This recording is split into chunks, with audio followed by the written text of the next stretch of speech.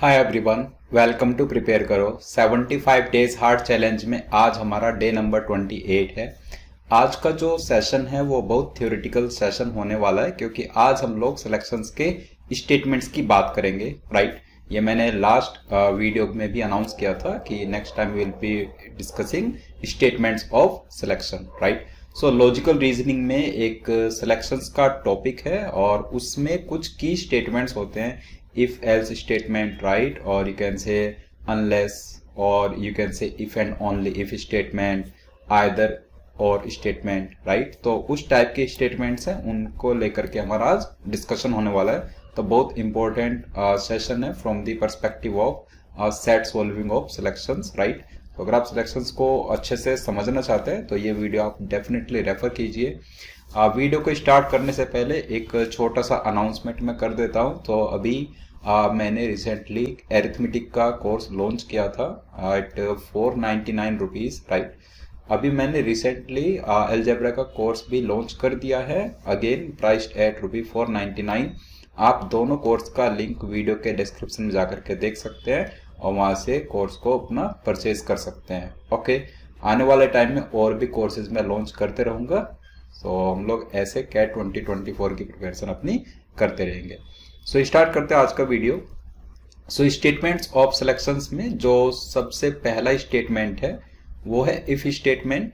So statement कुछ इस type का, if A is selected, if A is selected, B is selected. Okay, if A is selected, B is selected. What does this mean? So जैसे selections में क्या करते हैं हम लोग, हमें कुछ ग्रुप ऑफ पर्सन्स गिवन होते हैं। राइट, अगर आप प्रीवियस डेज को फॉलो कर रहे थे तो आपने देखा होगा 2 सेट्स हमने सिलेक्शन के डिस्कस किए जिनमें कुछ इस टाइप के स्टेटमेंट्स मेंशन थे।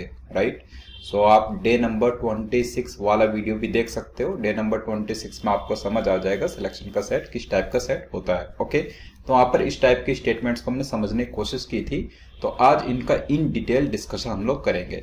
सो स्टेटमेंट है if A is selected, B is selected. अब इसका मीनिंग क्या होगा? राइट, सो इसी से रिलेटेड एक स्टेटमेंट बहुत ओल्ड स्टेटमेंट है, मतलब हम सभी ने वो स्टेटमेंट सुना हुआ होता है। So statement is if it rains, if it rains, ground will be wet or ground is wet. Okay, right, ये स्टेटमेंट है। सो यहां पर आप देखोगे 2 फ्रेज है यहाँ पर। राइट, एक फ्रेज आप देख पा रहे हैं इफ इट रेन्स, ये वाले फ्रेज की मैं बात कर रहा हूं, और एक फ्रेज है ground will be wet. Right, अगर इसको ध्यान से रीड करें तो ये समझ आ रहा है कि ये कॉज है और ये पार्ट क्या है, इफेक्ट। ओके, कि उस कॉज का क्या इफेक्ट हुआ है, यही तो हम कह सकते हैं। सो इफ इट रेन्स मतलब ये एक कॉज है किसी चीज के करने के लिए जो रिक्वायरमेंट है basically. Okay, so ground will be wet, ground को वेट करने के लिए rain is a cause. Right, और रेन अगर कॉज है तो उसका इफेक्ट क्या है, that ground will be wet. अगर रेन हुई तो हम लोग डेफिनेटली ये कह सकते हैं कि ग्राउंड विल बी वेट। ये तो फॉर श्योर हम लोग कह सकते हैं कि अगर रेन हुई तो ground will be wet. Right, now so एक चीज यहां से ये समझ आई कि अगर कॉज हुआ, राइट, ये ट्रू है, टिक लगा दो या ट्रू बोल दो, एक ही बात है। अगर ये हुआ ट्रू है तो इफेक्ट डेफिनेटली उसका होगा, अगर कॉज है तो उसका इफेक्ट डेफिनेटली होगा। राइट, अब दूसरे पर्सपेक्टिव से सोचते हैं, मान लो इफेक्ट हुआ है। राइट, इफेक्ट इज देयर, मतलब ग्राउंड इज वेट। तो बताओ अगर ग्राउंड वेट है, इज इट नेसेसरी कि रेन हुई होगी? Is happening of rain the only cause for ground to be wait?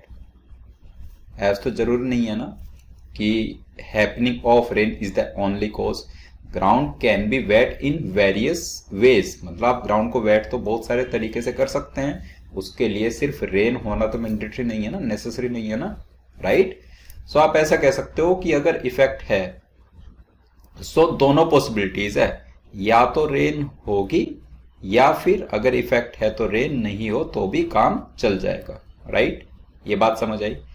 अब नेक्स्ट पर बताओ, अगर हम कह रहे हैं कि कॉज नहीं है, right, these two are same, okay. अगर कॉज नहीं है, cause is not there, in absence of cause what may happen, बारिश नहीं हुई तो क्या क्या पॉसिबिलिटीज है। अगेन आप कहेंगे कि दोनों पॉसिबिलिटीज है। हो सकता है ग्राउंड वेट हो क्योंकि कोई दूसरा कॉज उसके लिए है, राइट, ग्राउंड को वेट करने के लिए कोई दूसरा कॉज हमें मिल गया, या फिर हो सकता है ग्राउंड वेट ना हो। सो अगर रेन नहीं हुई तो आप कह सकते हो कि ग्राउंड वेट हो भी सकता है, और अगर रेन नहीं हुई तो आप कह सकते हो ग्राउंड वेट नहीं भी हो, सब कुछ अलाउड है। अब आप इसमें ध्यान से नोटिस कीजिए, ऐसा कौन सा केस है जो कि अलाउड नहीं है। एक केस यहां पर आपको समझ आ रहा होगा जो कि अलाउड नहीं है, कि अगर रेन हुई ग्राउंड वेट ना हो, this is not possible. If cause is there, effect has to be there. This is very very important part, कि अगर कॉज है तो उसका इफेक्ट डेफिनेटली वहां पर होगा। तो अब हम लोग यहां से ओवरऑल क्या समझे, एक कंडीशन ट्रू होगी, मतलब जो कॉज वाली कंडीशन, अगर कॉज वाली कंडीशन ट्रू है तो इफेक्ट वाली कंडीशन भी क्या होगी, ट्रू, डेफिनेटली। अगर कॉज वाली कंडीशन फॉल्स है तो इफेक्ट वाली कंडीशन ट्रू भी हो सकती है, या फिर इफेक्ट वाली कंडीशन फॉल्स भी हो सकती है। Can we say these are the three possibilities, या तो दोनों ट्रू होंगे, या फिर कॉज फॉल्स और इफेक्ट ट्रू, या फिर कॉज फॉल्स और effect false. Which case is not allowed?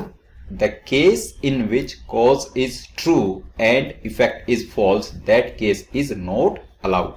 तो ये तीन केसेस यहां से हमें समझ आ रहे हैं, ओके। अब इसके बहुत सारे एग्जांपल्स आप ले सकते हो, बहुत सारे वेज में इसको आप समझ सकते हो। मैं तो आपको सिंपल ये तरीका बताता हूं, आप ऐसे समझिए, कंडीशन क्या दी हुई है आपको, इफ इट रेन्स, मतलब कॉज हुआ तो इफेक्ट होगा, बस ये कंडीशन दी हुई है। कॉज नहीं हुआ उसके बारे में कुछ भी नहीं बोला गया आपसे, राइट। सिंपल वर्ड्स में ऐसे समझिए, इफ ए इज सेलेक्टेड, आपको बस इतना बताया गया है कि ए के सिलेक्शन पर क्या कंडीशन है। आपको ये नहीं बताया गया स्टेटमेंट में कि ए के सेलेक्ट ना होने पर क्या कंडीशन है। तो जब ए के सिलेक्ट होने पर कंडीशन है, वो आपने एज इट इज अप्लाई कर दी। आपने क्या बोला कि अगर ए आया टीम के अंदर तो वो बी को लेकर के आएगा। If A is there, B has to be there, ये कंडीशन थी। कॉज आपने ट्रू कर दिया। अब इस स्टेटमेंट में ये बिल्कुल भी नहीं पता चल रहा है कि अगर ए नहीं है तो क्या कंडीशन होगी वहां पर अप्लाई, राइट। तो जब वैसा केस हो जहां पर आपको पता ही नहीं है, तो वहां पर आप ऑल पॉसिबिलिटीज बोल दो कि all possible cases can be there.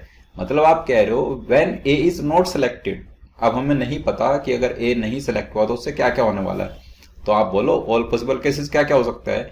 A is not there, हो सकता है बी इज देयर, और हो सकता है बी इज नॉट देयर। तो आपने कह दिया कि एक केस में तो ए भी दोनों सेलेक्ट हो गए, या फिर दूसरे केस में सिर्फ बी सेलेक्ट हुआ, ए इज नॉट देयर, या फिर तीसरे केस में बी भी सेलेक्ट नहीं हुआ तो नन इज देयर। ये हमारे पास तीन केसेस बन जाएंगे। अच्छा, कौन सा केस यहां पर अलाउड नहीं हुआ, जहां पर सिर्फ ए सेलेक्ट हो, वैसा अलाउड ही नहीं है। सिर्फ कॉज हो इफेक्ट ना हो वो पॉसिबल ही नहीं होगा, ओके। नाउ इस टाइप के स्टेटमेंट में आपको ग्रामर पर उतना फोकस नहीं करना है। मतलब एग्जाम में अगर जैसे इज के साथ यहां पर should be selected, B must be selected, B will be selected, B has to be selected, इस टाइप के कितने भी वर्ड्स, कोई भी वर्ड यहां पर मेंशन हो जाए, आपको उसका मीनिंग सिर्फ एक ही समझना है, if A is selected B is selected, okay. ये हमें ध्यान रखना होगा, ऑलराइट। नाउ अब इसमें और क्या क्या पॉसिबिलिटीज हो सकती है, जैसे मैं थोड़ा सा इस स्टेटमेंट को मॉडिफाई करता हूं।